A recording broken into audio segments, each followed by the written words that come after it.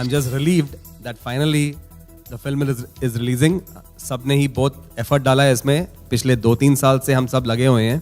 सारे technicians, cast, the producers, the distributors, Viacom 18 सब हम बहुत मेहनत कर चुके हैं इस पर. तो ये मुझे ये रिलीफ है कि अभी फिल्म फाइनली रिलीज हो रही है. तो इसमें विंडिकेशन जैसा कोई नहीं है. मुझे किसी से कोई गिला शिकवा नहीं है. मैं ये भी कहना चाहूँगा, मुझे इस मोमेंट पर ऐसा कुछ लग रहा है कि मेरे पिछले 11 महीने की तपस्या भी पूरी हुई है. क्योंकि पिछले 11 महीने से मैं बस कोर्ट कचहरी के चक्कर ही मारता आया हूँ. मैंने कोई काम नहीं किया, कोई फिल्म लिखी नहीं, कोई फिल्म बनाई नहीं. बस इसी मामले में मैं लगा हुआ था. तारीख पे तारीख. तो 11 महीने के बाद ये जो मेरी मेहनत है, कोर्ट में जो हमने काम किया, वो अभी उसका फल अभी मिला हमें. तो बस I am grateful to the Indian judiciary कि उन्होंने जस्टिस किया है. मनीष, पूरा ब्रीफ जानना चाहेंगे, कौन सा केस था, कैसे क्या क्या हुआ? दरअसल हमारी फिल्म रेडी थी, जनवरी 2014 में रेडी हो गई थी. तो हम मार्च में रिलीज का देख रहे थे. तब हमारे पर फरवरी 2014 में ये केस हुआ. ये केस किया था मिसेस नुपुर तलवार ने, ये कहकर कि हमारी फिल्म उनकी बेटी आरुषि के मर्डर पर ऐसा इनका ये आरोप था. तो उसके खिलाफ फिर केस हुआ, फिल्म के खिलाफ high court, Bombay high court में केस हुआ. और तब से अब तक हम केस लड़ते ही आए हैं. फाइनली अभी हमें कल दोपहर में बॉम्बे हाई कोर्ट ने रिलीफ दिया और हमें गोहेड मिला रिलीज का. तो बस यही कहानी है, बहुत छोटी सी कहानी है, बट कुछ लंबी खिंच गई. जजमेंट में क्या लिखा उन्होंने, जज ने क्या लिखा, कुछ बताएंगे? ये तो आपको जुडिशरी बेहतर बता सकती है, बट आपको कॉपी मिली होगी ना सर? हाँ, आपको मैं कॉपी ईमेल करवा दूंगा. लेकिन आपको मैं शॉर्ट में ये कह सकता हूं कि हमारा भी यही स्टैंड था कोर्ट में, और जज ने भी ये अग्री किया कि कोई केस बनता नहीं है इस फिल्म को रोकने के लिए, क्योंकि इस फिल्म की कहानी किसी भी असली केस या किसी भी जीवित या मृत इंसान से कोई मिलती जुलती नहीं है. ये एक फिक्टिशियस काल्पनिक कहानी है, जो कि मैं शुरू से कहते आया हूं और जज ने भी अग्री किया. तो बस यही है. आपने उनको फिल्म भी दिखाई थी, स्क्रीनिंग की थी मार्च में पिछले साल, क्या कुछ ऐसा किया था आपने? जी, मैंने स्क्रीनिंग करवाई थी. तो उनकी फैमिली मेंबर्स ने स्क्रीनिंग देखी, लेकिन देखकर भी वो संतुष्ट नहीं हुए. उन्होंने कहा कि इसमें कुछ चीजें ऐसी हैं जो हमारे केस से मिलती जुलती हैं. तो मैंने यही कहा कि हमारी कोई इंटेंशन नहीं है आपके केस पे फिल्म बनाने की, हमने एक काल्पनिक कहानी बनाई है. तो लेकिन वो फिर भी संतुष्ट नहीं रहे और वो फिर भी केस लड़ते रहे. इसका आपसे जानना चाहूंगा, आप कितना रिलीफ महसूस कर रहे हैं? रहस्य एक बहुत ही ग्रिपिंग स्टोरी है. I am very proud of the film. जब मैंने फिल्म देखी, मनीष ने एक खुफिया तौर से DVD मुझे भेजी. अपने असिस्टेंट को मेरे घर के नीचे वेट करवाया और कहा कि जैसे फिल्म देख लो, DVD नीचे भेजो. तो इस तरीके से ये काम हुआ. और जब मैंने फिल्म देखी तो आई वॉज शूट करने और फिल्म के देखने के बीच में there was about a years gap, जैसे मनीष ने बताया. अभी थोड़े ही दिन पहले देखी. आई वॉज अमेज्ड, क्योंकि आप एक वक्त बीत जाता है, आप और फिल्में शूट करते हैं. और I saw the film and I was so happy at the way it's so tight. मुझे एंड पता है, मुझे पता है क्या होता है, फिर भी आई was gripped with what was going on. It is going to be a very very gripping and interesting watch. मुझे बहुत अफसोस हो रहा था, क्योंकि फिल्म्स एक तरह से सॉफ्ट टारगेट होती हैं. जिसका मन करता है वो कोर्ट केस कर देते हैं फिल्म पे. और क्योंकि फिल्म एक वीकेंड या 2 वीकेंड्स पे, फिलहाल जो हाल है कि 2 वीकेंड्स या 3 वीकेंड्स पे एक फिल्म की रिकवरी होती है, बहुत सारा पैसा लगा होता है, उससे भी ज़्यादा मेहनत लगी होती है. तो लिटरली आई वॉज डिप्रेस्ड, क्योंकि जब मुझे पता चला कि 30 तारीख को हमारी फिल्म रिलीज़ होने वाली है, और फिर कुछ ही दिन पहले उसके पब्लिसिटी का जब हमने दौर शुरू किया तो हमें पता चला कि रिलीज़ नहीं हो पा रही है. I was so depressed, but I just kept quite, क्योंकि मुझसे ज़्यादा मैं तो और भी फिल्में कर रही हूँ, पर मनीष एक ही फिल्म कर रहे हैं और वो इस फिल्म के ऊपर ही पिछले 11 महीने से लगे हुए हैं. और ये 11 महीने शूटिंग में नहीं थे, लिखने में नहीं थे, ये कुछ बेकार की बातों में लग गए. तो I just feel that there should be some kind of a law और some kind of rule which prevents this kind of targeting of film. जिसका मन करता है उठ के कोर्ट केस कर देते हैं ऑन अ फिल्म. और फिर फिल्म मेकर्स जो हैं, वेदर दे आर एक्टर्स और प्रोड्यूसर्स और डायरेक्टर्स, वो पागलों की तरह भाग रहे होते हैं, बिकॉज उनके लिए वो वीकेंड या वो रिलीज डेट बहुत अहमियत रखती है.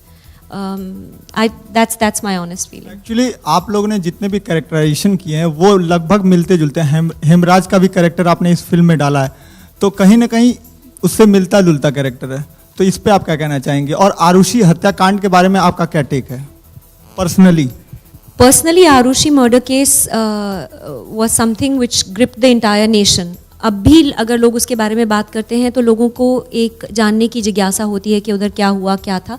It's a real life happening जो हमारे सामने हम लोगों की नज़रों के सामने हुई है. आप मीडिया ने इसके बारे में बहुत बातें की हैं, पर एक काल्पनिक कहानी जो मनीष ने लिखी और जो मुझे सुनाई, तो उसका कोई लेना देना नहीं है उससे. कुछ चीज़ें मिल सकती हैं, नहीं भी मिल सकती हैं. I mean I don't know that, मुझे तो नहीं लगा. अगर आपको ऐसा लगता है तो आई मीन आपने फिल्म देखी है? हाँ, पर आप देखिए फिल्म और then you take a call कि अगर आपको लगता है कि ऐसा है. मुझे नहीं लगता, आई डोंट थिंक मनीष को लगता है. अगर किसी नौकर का कैरेक्टर है तो वो जरूरी नहीं है किसी वास्तविक इंसान से मिलता हुआ कैरेक्टर है. पिछले कई टाइम से हम आपको देख रहे हैं, थ्रिलर, मिस्ट्री भरे वो टीवी सीरीज 24 हो, अंकुर अरोड़ा मर्डर केस है, और अब ये रहस्य. तो ये मिस्ट्री और थ्रिलर के साथ जुड़ना मतलब क्या है? इसके पीछे कुछ रीज़न है कुछ? एक्चुअली तारे ज़मीन पर के बाद आई थिंक मैं थोड़ी सी मम्मीफाई हो गई थी. सबने मेरे को एक बहुत ही संजीदा और रोती हुई माँ के रोल में देखा. Frankly that is not me at all. I am quite the opposite, as Manish will tell you. Already उसने हंसना शुरू कर दिया है क्योंकि उसको पता है कि ये बिल्कुल भी जो पात्र करती है उससे कुछ मिलती जुलती नहीं है. Frankly I should just be doing comedies, but I truly enjoy thrillers. And this is not a very old thing with me. Recently there was an American series called Breaking Bad, जो कि जिसने मुझे बिल्कुल ही दीवाना कर दिया था. I was watching it to the point कि रात के 4, 5, 6 बजे तक देखती थी और अगले सुबह I had to call up people or text them at night and say I'm sorry I can't make it to the meeting, मेरी तबीयत ठीक नहीं है, because I had to get up and watch it all over again. So I was gripped with that. I love thrillers. And I'm delighted that I'm part of a film like Rahasya, which is such a, when you see it, you'll know what I'm saying is true. It's a very edge of the seat. You know, there's six suspects, 5 main and 1 other. तो कोई भी हो सकता है. किसने किया है, क्यों किया है, this keeps you thinking. It's a very intelligent film and I'm very happy. So that's the reason. I love thrillers. It did. Of course it did, and I will always be thankful for that. But ये आप लोगों की का काम है कि एक ही role में आप फिर ऐसे एकदम चिपक जाता है वो आपको. And that's kind of not the way any actor wants to go about their life. They want to आप एक as a actor you can't, like a singer singing in one rag. Imagine how dull. Imagine if you had to do only one kind of story for the rest of your journalistic career. That would be so defeating the purpose, right? It's given me success, but then, you know, as I'm talking about me, if it gives you success and you want to do that, I'm very happy for you. You have a lot of patience. I don't. I've got no patience with doing the same stuff all over again. I want to do different things and I want to do mad and crazy and different things. That's why I became an actor. Otherwise, I'd be in a 9-to-5 job. तो क्या आपने ये सोचा है कि तलवार family के खिलाफ आपको कुछ करना है, या उनके लिए आपका क्या टेक रहेगा? क्योंकि उनकी वजह से आपका वक्त काफ़ी बर्बाद हुआ है. जी, बट मेरा मानना है जैसे an eye for an eye makes the whole world blind. तो कोई बदले की भावना रख के हमें कोई उससे फायदा नहीं होगा. लेकिन जैसा कि आपने कहा, आपने बिल्कुल ठीक कहा, हमें बहुत बहुत भारी नुकसान हुआ है. हमें नुकसान इस हद तक हुआ है कि उस नुकसान का हम कभी वापस हमें इट्स इररिपेरेबल, वो कभी वापस नहीं आ सकता. जैसे कि मैं आपको बताता हूँ, मेरे 11 महीने इस केस को लड़ने में गए. उस दौरान मैंने कोई और काम नहीं किया, मैं और कोई काम कर नहीं सका. अब मेरे जिंदगी का ये 1 साल जो गया है, ये मुझे वापस नहीं मिल सकता. चाहे कुछ भी हो जाए, कोई भी कॉम्पनसेशन हो, ये एक साल है जो मेरा टाइम का, वो मुझे वापस नहीं मिल सकता. तो ये इररिपेरेबल है. जो प्रोड्यूसर को और डिस्ट्रीब्यूटर को नुकसान हुआ है वो भी इररिपेरेबल है. मैं आपको समझाता हूं. हमने एक प्लान बनाया था कि हमको एक सर्टेन डेट पर रिलीज करनी है, लेकिन वो हो नहीं पाया. केस की वजह से हो नहीं पाया. फिर हमें पब्लिसिटी फिर से चालू करनी पड़ी. फिर एक नई रिलीज डेट फिक्स हुई. फिर जो हियरिंग थी वो इतनी करीब आ गई थी रिलीज डेट से कि हमने सारी एडवर्टाइजिंग रोक दी. केस की वजह से हमने सारी एडवर्टाइजिंग रोक दी. फिर जब हम केस जीते तो हमने फिर से चालू की एडवर्टाइजिंग. ये करते करते हमारा सारे फंड्स जो थे पब्लिसिटी के वो खत्म हो चुके हैं। तो इससे जो नुकसान हुआ है बहुत ज्यादा भारी, करोड़ों की तादाद में नुकसान हुआ है।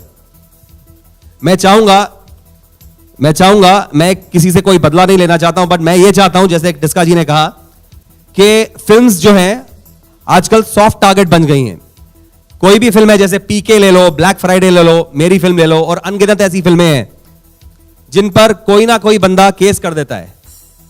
इससे फिल्म मेकर को भी नुकसान होता है, दर्शकों को भी नुकसान होता है, प्रोड्यूसर को नुकसान होता है, फिल्म से जुड़े हर किसी आदमी को नुकसान होता है। जो प्रोड्यूसर्स एसोसिएशंस हैं, हमारी 3 प्रोड्यूसर एसोसिएशंस हैं इंडिया में, हमें मिलकर कुछ ऐसा एक रेगुलेशन बनानी चाहिए कि अगर कोई केस होता है फिल्म पे और अगर उस केस का कोई बेसिस नहीं है तो ये this should not be allowed, ये अलाउ नहीं होना चाहिए। और अगर कोई करता है ऐसा केस और ये प्रूव होता है कोर्ट में कि उसने गलत केस किया तो उस पर कोई पेनल्टी लगनी चाहिए। इस तरह से फिल्म्स को सॉफ्ट टारगेट नहीं बनाया जाएगा। तो मैं चाहता हूं कि अगर मेरी फिल्म एक उदाहरण बन सकती है कि ऐसा कुछ किसी और फिल्म मेकर के साथ नहीं हो, तो मुझे लगता है कि मेरा बदला मिल चुका होगा। मनीष जी, आपने बोला कि नुकसान होता है, एक साल लगता है, कभी कभी स्क्रिप्ट लिखने में भी 5 साल लग जाते हैं, क्योंकि पीके की स्क्रिप्ट राजकुमार हिरानी ने 5 सालों में लिखी। तो आप इस चीज़ को इस तरह से भी मोजर कर सकते हैं कि मेरा समय बर्बाद नहीं हुआ और 1 साल मैंने एक्स्ट्रा स्क्रिप्ट को दे दिया। आपने मेरी बात शायद ठीक से सुनी नहीं। मैंने 11 महीने स्क्रिप्ट नहीं लिखी, 11 महीने मुझे कोर्ट में केस लड़ने को लगे। स्क्रिप्ट मैंने कुछ 5 साल पहले लिखी थी। If they do, then there's tremendous respect for the Indian judiciary. As you see, truth has prevailed.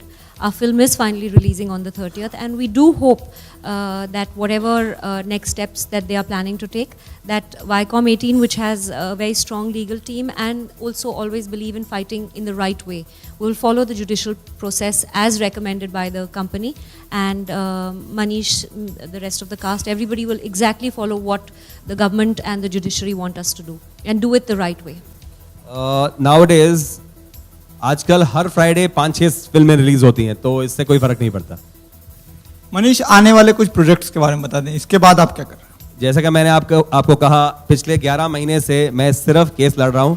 ना मुझे लिखने का टाइम मिला है, ना मुझे कोई दूसरा प्रोजेक्ट शुरू करने का टाइम मिला है। तो मैं अगले प्रोजेक्ट के बारे में तो कुछ बोल नहीं सकता हूँ। वाईकॉम की सपोर्ट के बिना ये फिल्म यहाँ तक पहुँचती नहीं। ना हम केस जीतते, ना फिल्म रिलीज तक पहुंचती थी। उनका बहुत ही ज्यादा सपोर्ट था। वाईकॉम ने जब फिल्म ली, जब उन्होंने एक्वायर की फिल्म, उसके बाद ही हम केस जीत पाए। उनकी लीगल टीम बहुत ही स्ट्रांग है, उनकी मार्केटिंग टीम बहुत ही स्ट्रांग है, एंड वाईकॉम के सीईओ मिस्टर अजीत अंधारे, उनका बहुत ज्यादा सपोर्ट रहा है मुझे। तो उनकी वजह से ही हम इस मुकाम तक पहुंचे हैं। केस जीतने में, फिल्म को रिलीज तक लाने में उनका बहुत बड़ा हाथ रहा है। And we would expect at least people who are here in this room, we're having a couple of other press conferences also, but kam se kam after this intense struggle that Manish and of course the rest of us who are attached to the film, not as deeply as Manish, but everyone at Viacom and everyone else attached with the film would really expect the media to give us the maximum boost that you can, because we have a very short time. जैसे आपको पता है कि कुछ दिन पहले तक तो हम रिलीज़ कर रहे थे, फिर अटक गई, और अब हमारे पास 2 ही 3 दिन है। So please use this your power that you have to the maximum and help us bring this beautiful film out in the best possible way. Would really appreciate your help and support on this. कुछ look है आपका और क्या कुछ करने वाली है आप? फिल्म में मनीष के साथ मैंने काफ़ी डिस्कशन किया अबाउट द लुक, और आप लोगों को शायद पता नहीं है कि एक एक्टर को 1.5 से 2 घंटे लग जाते हैं तैयार होने में, और 3 लोग लग जाते हैं हमें डिसेंट बनाने में, आप लोगों के कैमरा फेस करने के लिए। मनीष ने जो मेरा लुक देखा जब मैं शूटिंग पे आई, जो मैं चश्मा पहनती हूँ, मेरा नंबर है, तो उन्होंने जो मेरा लुक देखा जैसे मैं शूटिंग पे आई थी, उन्होंने वही लुक फिल्म में रखा है, जो कि मेरा नॉर्मल लुक है। So there is as usual मुझे सुंदर बनने का मौका नहीं दिया जा रहा। मुझे हमेशा डी ग्लैमराइज्ड और चश्मा पहना के, एंड ऐसा रोल है मेरा। Why don't filmmakers give you those glamorous roles that you so eagerly look forward to? I'm not necessarily eagerly looking forward too much to do that. It's a variety. I think एक film मैंने की थी जिसका नाम है दिल तो बचा है जी, जिसमें था काफ़ी इस तरह की चीज़ें, and that's okay too, but I guess I am looking forward to playing like maybe a cop और an army officer, a spy, maybe Indira Gandhi, maybe Sunanda Pushkar, maybe anything. So you know, an actor is an actor, उनको जो role मिलेगा वो उसको उस role के look और getup के हिसाब से करेंगे. And I think I am a little past the age where I am trying to be 16 and running around trees. Media आपसे ये जानना चाहता है कि आपने ये ऐसी लुक क्यों दी है मुझे, क्यों मुझे सुंदर बनने का मौका नहीं दिया आपने? अब आप कंपेयर बन गई है, मेरे को लगता है.